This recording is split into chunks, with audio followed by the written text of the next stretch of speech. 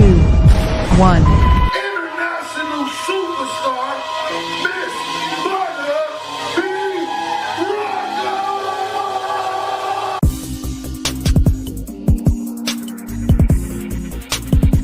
You are now tuned in to Butter B. Rocker on Transparency Talks Podcast.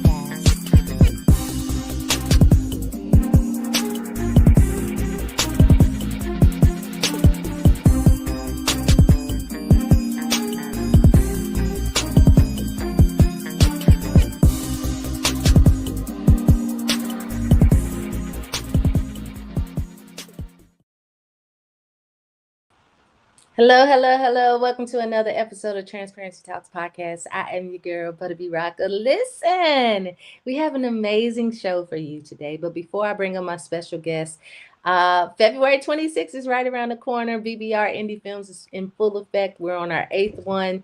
That one is sold out. We are taking tickets and taking vendors and everything for our March 12th event that's also going to be happening back to back. It's only back to back because of the storm that happened. So March 12th is our original next date, but we had to reschedule rather our January event. So that's February 26th, and then that's followed by March 12th. You can go ahead and get your tickets. You can go ahead and we are still taking submissions, 20 minutes or less. You can go to filmfreeway.com/BBR Indie Films, or you can go to bbrindiefilms.com to contact us to be media, to contact us for vendors, sponsorship opportunities, the whole 9 yards. So anyway, we want to see you in the building. But this young man, he is a best-selling author, an award-winning screenwriter, and actor. Can you guys please show some love for Robert Slocum? Hello, how you doing? How you doing, Queen? Hey, that intro was everything. I was back here jamming. I created that beat. Thank you. I bet you did. I know you multi-talented.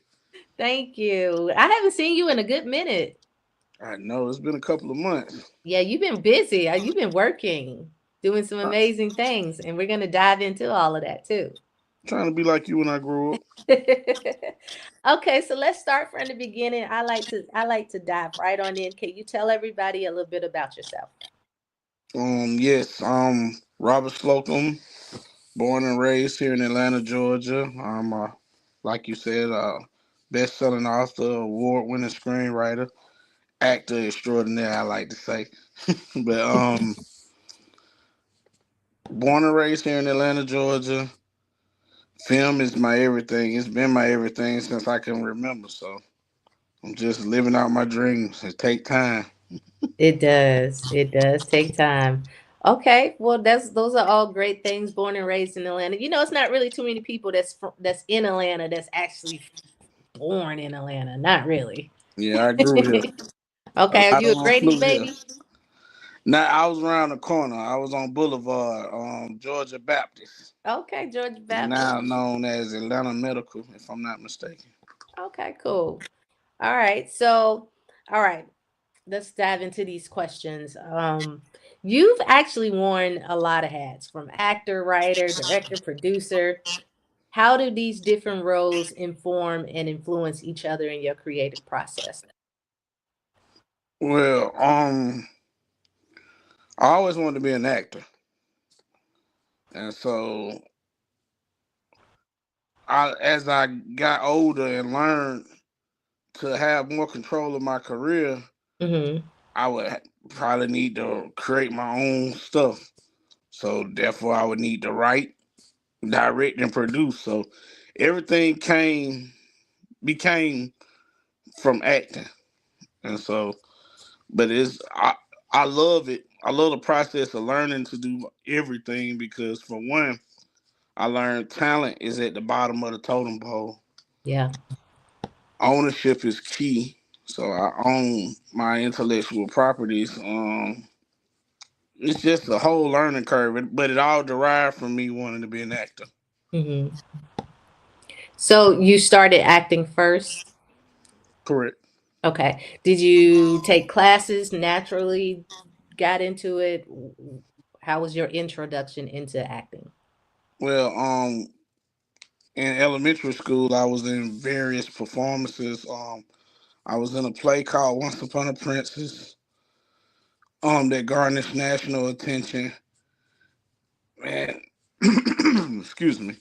Just ever since I can remember, all I ever wanted to do was be an actor. I used to reenact and recite lines from movies all when I was a kid. But I got into like performing in school, in elementary school, early in childhood, and it just manifested from there. I never, no matter what I went through in life, I never lost sight of that one of those being my goals, my ultimate goals. Okay. And so your first actual acting on TV or film was what? Mm. I was an extra in Dumb and Dumber Okay. Part Two, the prequel, when Lloyd met Harry, whatever it was called. But I was an extra in that. That was my first taste. But I was actually, when I was 10 years old, like I said, I was in the Once Upon a Princess, and it got national attention. Um, some talent scouts from Disney came to my elementary school Mm-hmm. because of that play, and my instructor, Miss Joyce Fletcher, I love her to death. Um, she gathered all the kids from all over the city. She didn't leave it to just our elementary school, but the scouts came and looked at hundreds of kids, and I was one of four that was selected. Okay. So I always knew like something was there. Mm-hmm. And what came of being one of four selected for Disney? Well, they wanted us to fly to New York, Mm-hmm. and there they would provide us with hotel stay. They would teach us how to diet as actors, give us a crash course on acting. Then the following week we would do casting calls for commercials and television series or whatever. And everything was paid for except for the flight tickets. And so this is during the time when, tickets was this was in early 90s, so tickets were very expensive. Mm-hmm. And my parents just couldn't afford to fly me out there. And so it was a heartbreaking experience because they really wanted me. And Gotcha. the talent scout told my mother, he was like, "Man, he got it. He has it. I guarantee you, he'll land a commercial or something. We get him out there." But, Okay.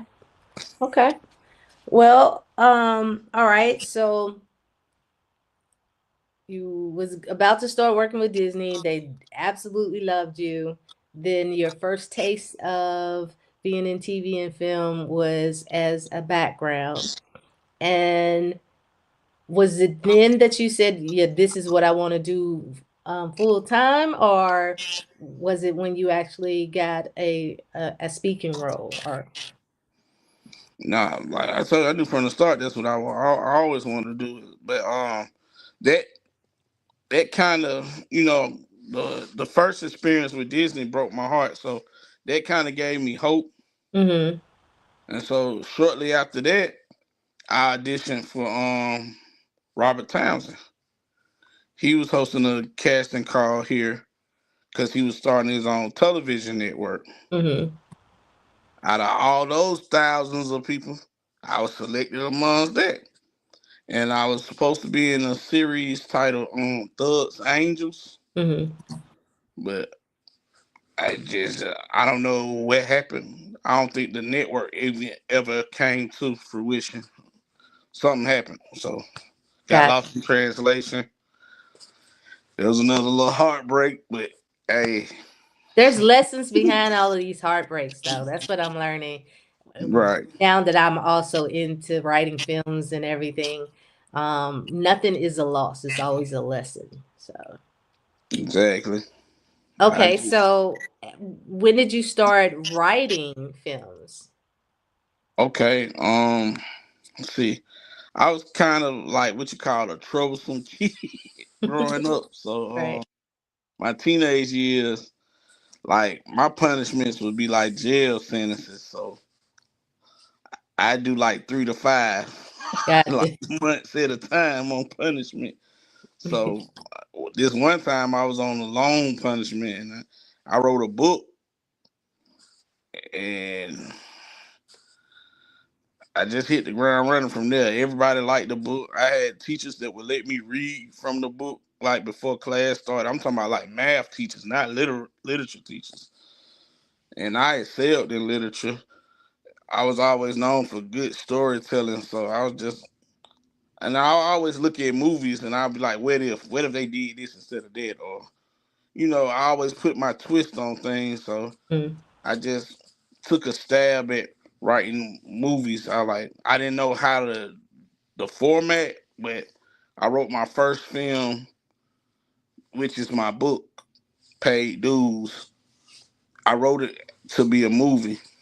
And so I met Faison Love, and he told me I need to learn structure. But once I learn structure, I'm gonna be a bad boy.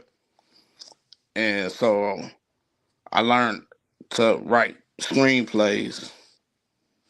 Got the final draft. Just been going at it ever since. Okay. Do you think that being from Atlanta and your environment helps shape your storytelling and the kind of stories you're drawn to? Most definitely. Okay.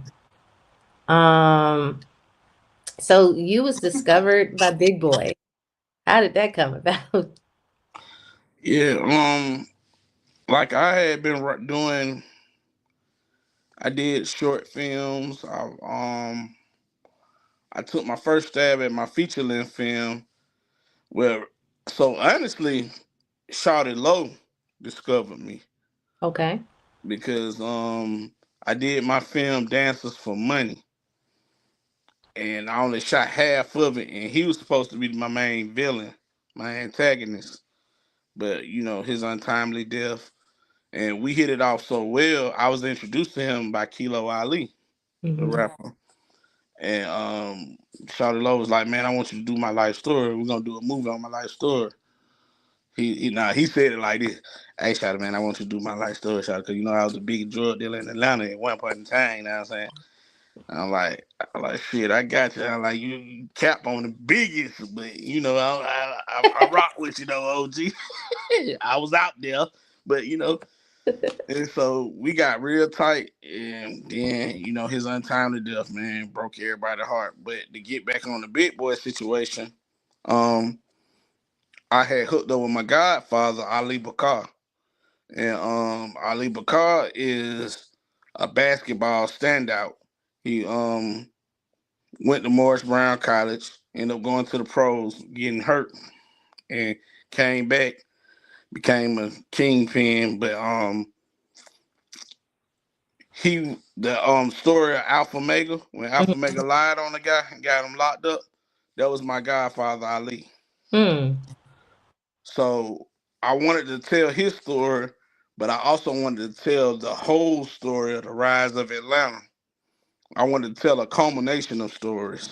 Right. So I started getting stories from everywhere, from the political vantage point, um, law enforcement, the streets, the criminal underworld, entertainment. And so as we were packaging it and writing together, he was like, "Who would you want to do this with?" I said, "Man, I want to do it with with Big Boy." I was like, "Cause I know he could recreate that sound that we're looking for musically, and he's a hell of an actor, in my opinion." I Hmm. said, "I would love to do it with Big Boy." So he's made a few phone calls. Next thing I know, I met with Big. Big took me to Swirl Films. We were having meetings with them, and we just been rocking ever since. That's dope. That's a cool story. Okay. Well, you just had a debut of The Prince of Detroit. Yes, ma'am. I want to know, how did you come up with the theme and tell everybody about the project? Well, The Prince of Detroit is a biopic. It's based on the life of serial entrepreneur Tommy Duncan. Mm-hmm. And Tommy Duncan comes from a family, the family that was the first family in all of America to own an HMO and a hospital. So that within itself made it historical. Mm-hmm. And so I met Tommy at a toy drive. He was donating toys at Jackson Memorial Baptist Church. Do you go to Jackson Memorial? I don't, but I have been there, visited several That's my times. church too. But I grew up in that neighborhood. Gotcha. I'm from Adamsville, so Gotcha. it was just touching that toy drive because Tommy Duncan sponsored it, and I didn't know it. I know Rick Ross was there, Common was there, some of the housewives, Dr. Jackie, Cassine Reed. It was Mm-hmm. too star studded, and they was giving out some great gifts. And I know during that time period, they made a Christmas for a lot of kids who was never gonna have a good Christmas, not that Mm-hmm. year in particular. So I volunteered. I was helping out as much as possible, and I met Tommy, and he was like, Robert, what do you do?" I'm like, "Shit, I'm an actor. I'm a filmmaker, best-selling author." He was like, "Are you any good?" I said, "I'm the shit." He was like, "Cool." So he was staying at a mansion here for a few months. So he invited me over. I met his family. Then he was like, "I want to share my story with you. And then after I'm done, I want you to tell me if you believe it's interesting enough to make a movie based on." So I'm like, "Oh shit, boy, here we go. It's gonna be some boring tech shit." But man, the man told me his story, and I was floored. I was like, "Dog, dude, I like this story has to be told." So he was like, "Cool, let's do it." And so as I record him, my method when I'm doing biopics of sorts, I really just sit there and let you talk. I record you. I want you to just relive your life, rehash it uninterrupted. And so he was just telling me his story, and he was like, "Rob, you had to be there to see it, bro." He was like, "It was like my parents were like the king and queen of Detroit, and I was a prince of Detroit, riding through the city and all my fly cars and stuff." I said, "That's the name of the movie right there, Prince of Detroit." He was like, "Cool." So he had the next question was, "Who do you want to do this with?" I don't know. And so he met Dane out in LA. They had other business ventures together, and Dane was schooling him on the film game. And then he called me. He asked me. He said, "Would you want to do it with Dame Dash?" I like, "Shit, that's a legend. That man did paid in full." I was like, "Yeah, but I am gonna put this disclaimer out." I said, "He's very controversial." I like, "But I'm with you." And I said, "I don't see a problem with it." So he was like, "Okay, let's go with Dane." Flew me out to LA, met with Dane. We hit it off. Then Prince of Detroit was made. Okay. And I see that it is a sequel because I watched it last night, and it was really good storyline and everything. At first, I didn't know that it was a buy-up, and then I was like, "Oh, this is actually real. This actually really happened," which made it even more like made me tune in even more because I was very intrigued then. So, kudos to you. Thank you. Um, Thank you. so the project has gained several awards, and it's already creating a big buzz. What do you want as your takeaway to the audience? Um, the biggest takeaway I want, especially the youth, to realize, there's plenty of ways to get rich. Mm-hmm. You don't always have to be entertainment, sports. There, like you're talking about a family that made it in the medical field, and if people don't know, that's the number one, financial institution in the world. Right, right. I know for sure in America, but they were able to do it. Yeah, And yeah. What are you currently working on? who? a lot. Big Boy and I are still in the developmental stages of 96, the project I was telling you about, talking about the rise of Atlanta. Mm-hmm. We're pairing a documentary with that. It's called We Ran the City, and we're going to have several, like, it's going to show the real players behind the scripted series because, we have to change up a lot of stuff, the names and all that in the Mm-hmm. scripted series. So We Ran the City will show, like, a more raw, real story without the sensationalizing of Hollywood. Mm-hmm. Um, Going to Ghana in May. Nice. I like Ghana.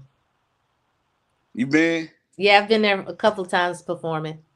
You my hero. I told you I'm trying to be like you when I grow up. It'll be my first time going. I'm taking my family. We're shooting a movie I wrote titled "Bound by Blood," the Gold Coast. Nice. And so, like, that's major. Like, That I is. always wanted to go to the motherland and to be able to film something out there. I'm on cloud nine about that. I mean, I happen to know another actress that sings too. If you need her to come to Ghana with you, we'll just throw it out there. Hey, you already, immersed out there as well. Hey, come on with it. Right. Dope man, talented. Come on. Right. What's your writing process like? My writing process, the biggest thing for me, characters. So Mm, my character development is major for me because I've come to find with me, my characters enhance my story mm-hmm. by Mm-hmm. giving them their background and you know, I think of things I wouldn't have thought of unless I created a character for it. Right.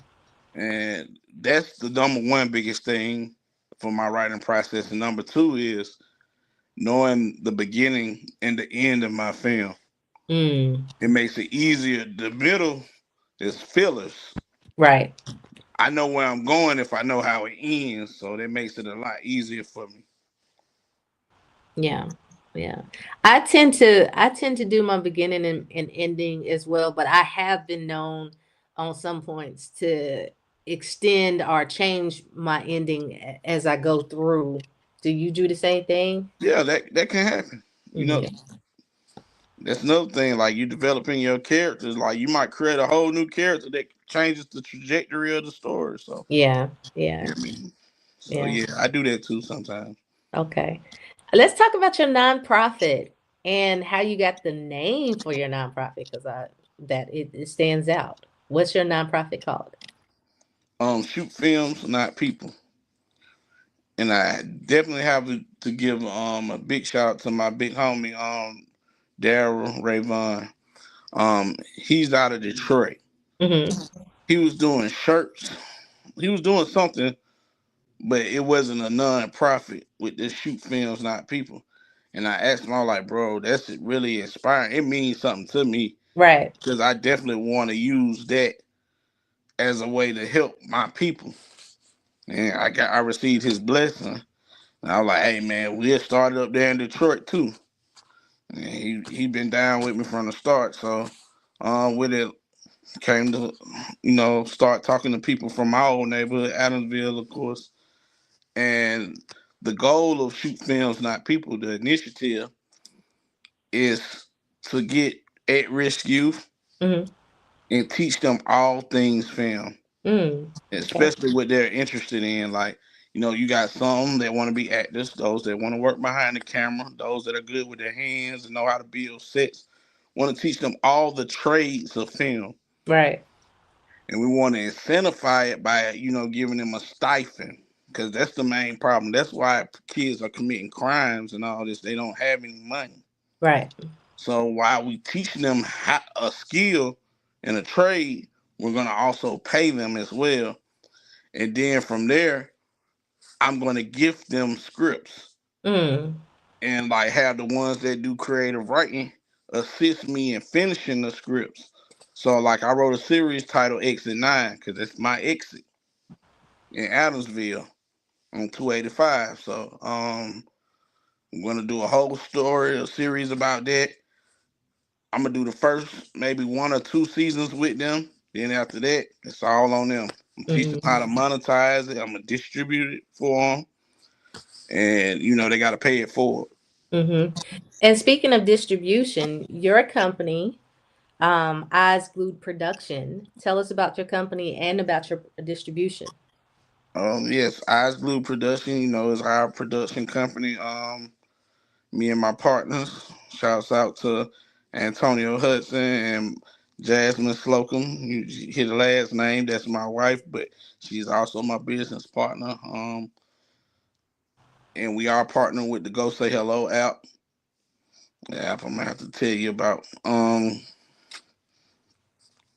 We really just like the name says, eyes glued. We want to create works that's gonna have your eyes glued to it, stuck to our works. But on the distribution end, we have eyes glued distribution because, as you know, being a veteran in the game like myself, it's a lot of gatekeepers. Mm-hmm.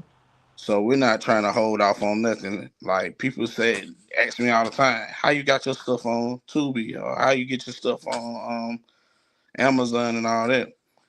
I'm like, I either give you the knowledge for you to do it yourself if you want to take it upon yourself, or you can just come through my distribution company and we'll get you on there. Either way, you're gonna get on there Mm-hmm. because we're not, we're not gatekeeping. Now, as far as helping people and putting them through your distribution, do you screen the projects or do y'all accept anything, or what's your process if somebody wants to get distribution through you? It is a vetting process. We do need to screen your project. It needs to be completed.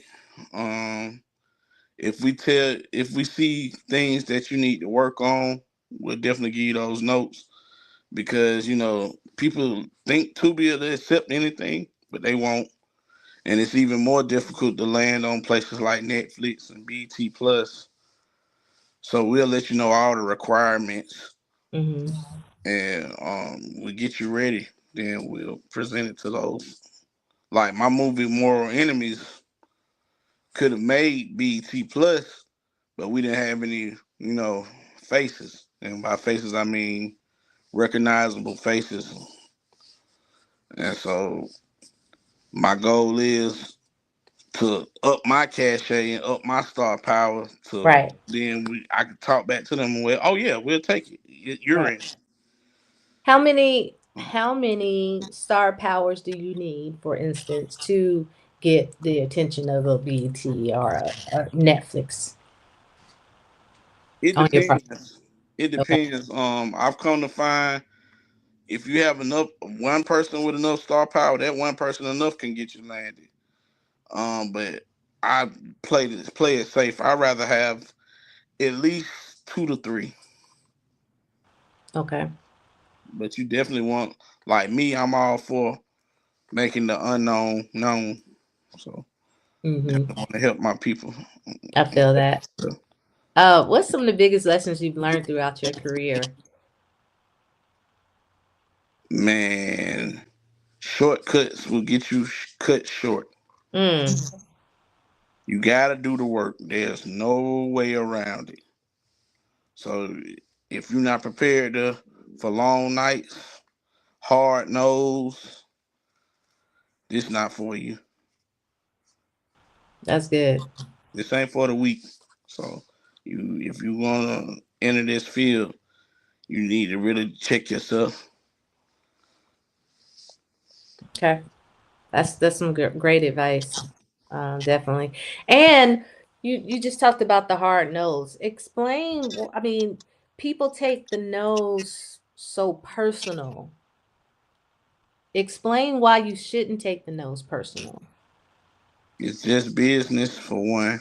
Two, that may not be the person for you, or it may not be the time for you to work with that particular person or the project. Timing is everything. Um, and the reason why you shouldn't take no's personal because no matter how big the star you seen, believe me, all of them have received some type of no's. Mm-hmm. It takes a long time. Like I say it all the time. My saying is, in this industry, prepare for a million no's, but realize it only takes that one yes to change your life forever. Yeah, yeah, yeah. Very true. Who inspired you to in film? Who inspired me in film? People come as a surprise when I say this because people think I'm from Atlanta and I'm black, so automatically they're gonna assume Tyler Perry. Right. And Tyler Perry is a huge inspiration, but I mean, I don't know if I look it, but I'm knocking on 40. So I was around before Tyler Perry hit big. So but the person that inspired me the most in film is Sylvester Stallone. Okay. Why? He's the first person I know of to write and star in their own stuff Yeah. and direct a few projects. And he inspired me the most because seeing as though I write, you're gonna have people that you trust, and they have your best interests at heart, but sometimes they're gonna give you um the worst advice. Mm-hmm. So like some people will tell me like I don't want to star in all my films that I write. I don't even want to be in all my films, but those ones that I'm going to star in, I'm going to star in. You're not swaying me out of that. Right. And I say that, and Sylvester Stallone is a huge inspiration because people don't know the studios tried to pay him more money to do Rocky, but to not star in it, and he bet it on himself. Mm-hmm. And I'm always gonna bet on myself. I feel that. I feel that. How would you like to be remembered? Ooh, that's a great question. You coming with him, brother? Um, I would like to be remembered as one of the best to ever do it as far as filmmakers. Mm-hmm. But I also want to be remembered as the one who didn't gatekeep, the one who brought the masses with him. Like a lot of people can say, like so many people speak so highly of Tyler. I want people to say, "Hey, man, that man gave me a shot. Nobody else believed in me. Nobody else saw. Oh, I just didn't have it. He believed in me. He told me to bet on myself, and he'll do it with me." So, like, I want to discover the next best filmmaker. I don't care if they're better than me. I'm not opposed to somebody being better than me. There's always somebody gonna be better. I want to learn from them. So, I feel that. I feel that. My final question for you is, how can people get in contact with you? you can always get in touch with me on my social media, especially my Instagram. I'm constantly on that.